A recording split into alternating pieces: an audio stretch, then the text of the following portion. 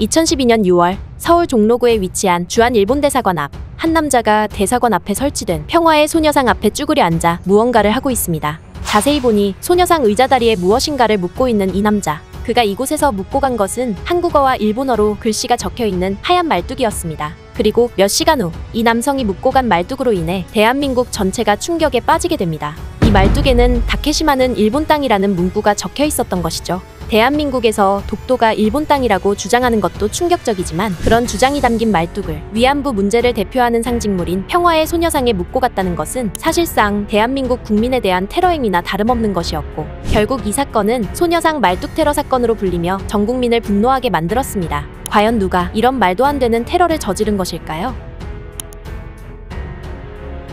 소녀상 말뚝 테러 사건의 범인은 일본 극우 정당인 국민당 소속 정치인 스즈키 노부유키로 2007년 선거에 처음 출마할 당시부터 일본의 핵무장, 한국인 추방 등을 주장하던 대표적인 극우 정치인입니다. 2011년에는 대한항공 비행기가 독도에서 시범 비행을 했다는 이유로 한국에 항의 방문을 했다가 입국을 거부당해 돌아갔던 일도 있었죠. 그랬던 그가 1년 뒤인 2012년 조용히 한국에 입국해 소녀상 말뚝 테러 사건을 벌인 것입니다.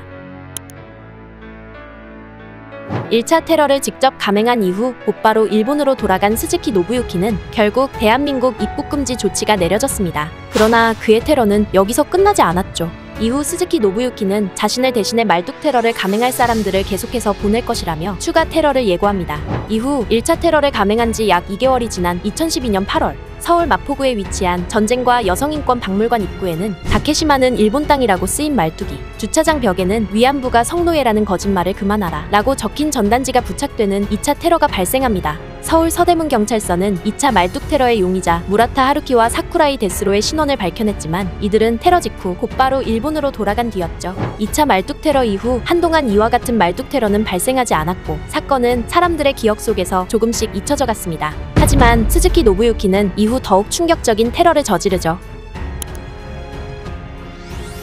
소녀상 말뚝 테러 사건이 발생한 지 약 3년이 지난 2015년 위안부 피해 할머니들의 쉼터인 나눔의 집에는 일본에서 온 우편물 하나가 배달됩니다. 충격적이게도 이 우편물로 인해 또 한 번 전 국민이 충격과 분노에 휩싸이게 됩니다. 해당 우편물은 3년 전 소녀상 말뚝 테러 사건을 일으킨 장본인 스즈키 노부유키가 보낸 것으로, 우편물 속에는 다케시마는 일본 땅이라고 적힌 말뚝 모형과 함께 다리 부분이 절단된 망가진 소녀상 모형이 들어있었습니다. 더욱 충격적인 것은 망가진 소녀상을 감싼 종이에 군인을 상대로 성매매하는 여성이라는 뜻을 담고 있는 제5종 보급품이라는 단어가 적혀 있었죠. 결국 스즈키 노부유키는 피해 할머니들에 대한 명예훼손으로 고소를 당하게 됩니다. 이후 2024년 현재까지 법원은 수십 차례에 걸쳐 재판을 열었지만 여전히 공전하고 있습니다. 그 이유는 테러를 일으킨 스즈키 노부유키가 단 한 번도 재판에 출석하지 않았기 때문이죠. 법원은 스즈키 노부유키를 국내로 송환하기 위해 지속적으로 구속영장을 발부하고 있지만 일본에 체류 중인 그를 구속하는 것은 현실적으로 어려울 것으로 예상되는 상황입니다.